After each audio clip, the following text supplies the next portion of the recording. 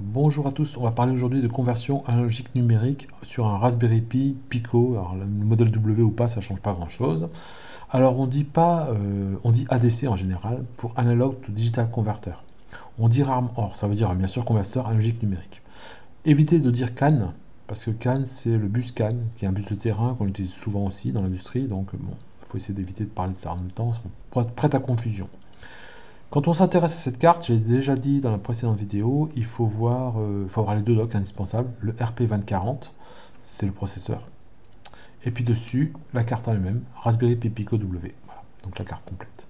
Celui-ci, on en a besoin pour une chose très importante. On en a besoin pour savoir un petit peu les informations sur l'ADC, évidemment. On saura que c'est un ADC 12 bits. Mais on saura aussi que l'information qui nous permettra de traiter la température du capteur. Parce que c'est écrit nulle part là-dedans. Pour la trouver, il faut un petit peu chercher. Pour chercher où? Il faut chercher ici. Il n'y a pas le choix. Voilà. Alors c'est un capteur, lui c'est un convertisseur 12 bits. Alors le résultat sera sur 16 bits. Il sera affiché en 16 bits. Voilà. Bon, il faut le savoir. Si on le sait, ça va. Hein. Ensuite, la fréquence d'échantillonnage, c'est du 500 000, alors samples par seconde. Hein. SPS, c'est samples par seconde.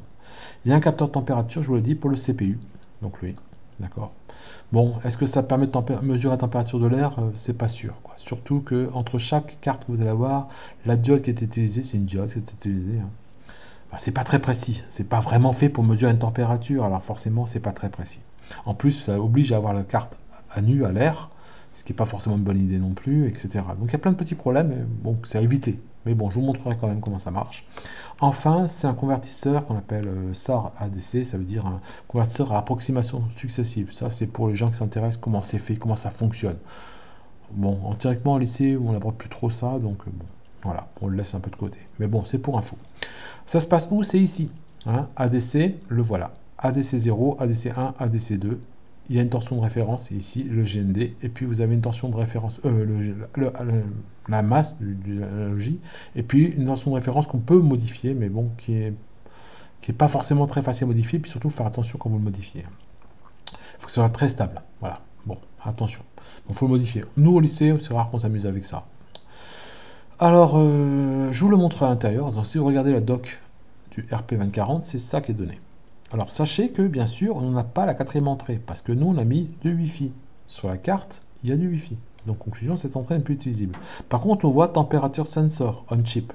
Donc dedans il y a un capteur. Voilà, super. Maintenant allons voir ce qui est le plus important pour nous, c'est aller sur docmicropython, micropython.org, et puis vous cherchez quick référence RP2 et là vous tapez de nouveau ADC. Voilà. Et vous l'avez. Vous n'avez pas grand chose. Hein. Vous voyez, c'est super rapide. Hein. Ils vous disent que c'est un 12 bits, ils vous disent que c'est un convertisseur à approximation successive. Ils vous donnent les broches. Alors la 29 n'est pas utilisable, mais en dehors de ça, parce que ça c'est la doc générale. Mais en dehors de ça, ça marche. Et on travaille entre 0 et 3,3 volts. Voilà. OK? Une fois que vous avez ça, vous avez une ligne de commande ici, une ligne pour importer le librairie, une ligne pour implanter le convertisseur et une deuxième ligne pour lire. Voilà, c'est fini. Alors faisons-le. On va s'intéresser à ça. Ben voilà, j'ai recopié la première ligne, hein, qui est ici. Je l'ai mis ici, voilà. J'ai mis importer le temps parce que j'ai besoin de gérer le temps pour faire toutes les acquisitions toutes les 2 secondes chez moi ici. Sinon, ça ne sert pas à grand chose, ça. Et j'ai mis la broche 26.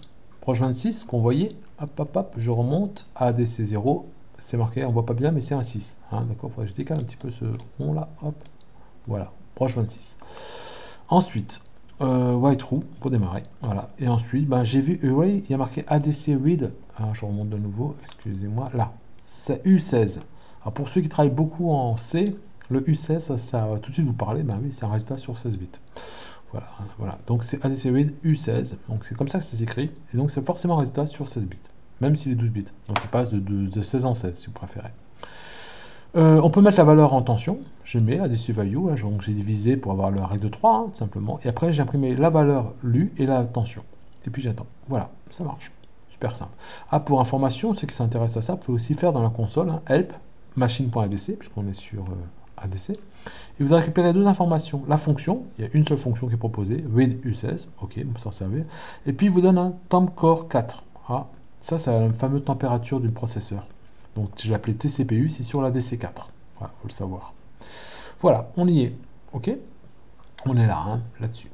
Maintenant, on va continuer. On va se comparer un petit peu avec le SP32. Est-ce qu'il faut vraiment beaucoup changer son programme pour y arriver, pour s'en sortir? Bon, alors vous avez deux quick références hein, sur MicroPython. Et puis vous y allez. Ben, déjà, la résolution, c'est la même. Ok, super. Les voix. Ben, ici, il y a trois voix qui vont de l'approche 26 à 28. Ok. Ici, il y a il y a deux ADC, mais il y en a un qui va de la broche 32 à 39. En pratique, c'est 32 à 35. Parce que toutes les broches ne sont pas forcément accessibles. Et puis, la deuxième, il marche que si vous n'utilisez pas de Wi-Fi. Or, nous, on va utiliser le Wi-Fi. Hein. C'est évident qu'on ne va pas laisser un appareil tout seul fonctionner dans son coin, donc on va utiliser le plus possible. Donc, en général, le Wi-Fi, on s'en sert. Voilà. Là, le seul avantage qu'il a, ben, c'est que lui travaille sur différentes tensions. Ici, vous êtes obligé de travailler sur 3,3 volts. Mais si on se met en 3,3, il n'y a pas de différence. Et puis la lecture, il y a un EEE de 16, on l'a dit, sur 16 bits. Et ici, on peut faire les deux lectures, sur 12 bits ou sur 16 bits. Le 16 bits, c'est la même ligne. Hein. Heureusement, c'est fait pour. Conclusion, si je travaille avec un VRF de 3,3 volts, et je me dis, bah, je travaille sur 16 bits, de toute façon, tant qu'à faire, autant rester sur 16 bits, ben, le programme est parfaitement identique.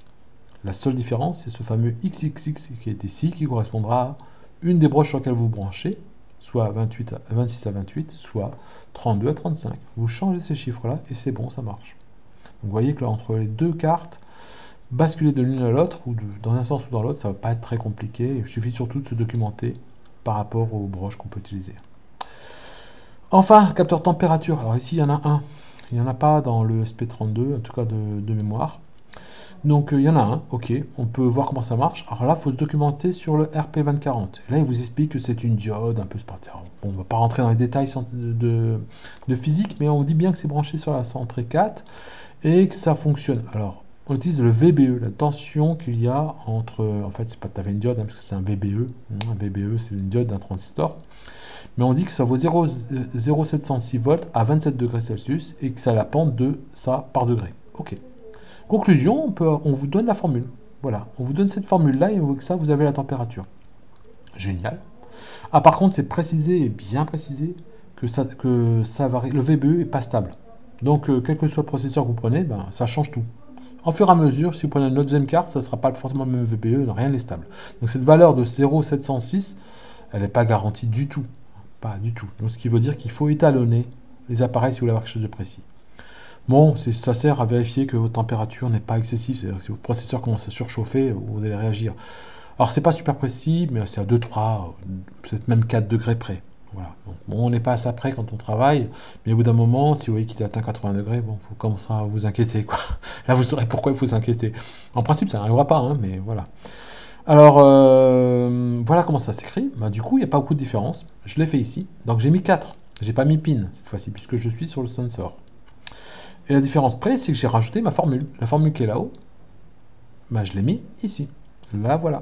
Ok, super simple. Voilà, j'ai mis la tension, j'ai calculé en tension, et après j'ai mis ma tension de voltage, hein, ADC voltage, voilà, j'ai mis le calcul, et j'ai imprimé.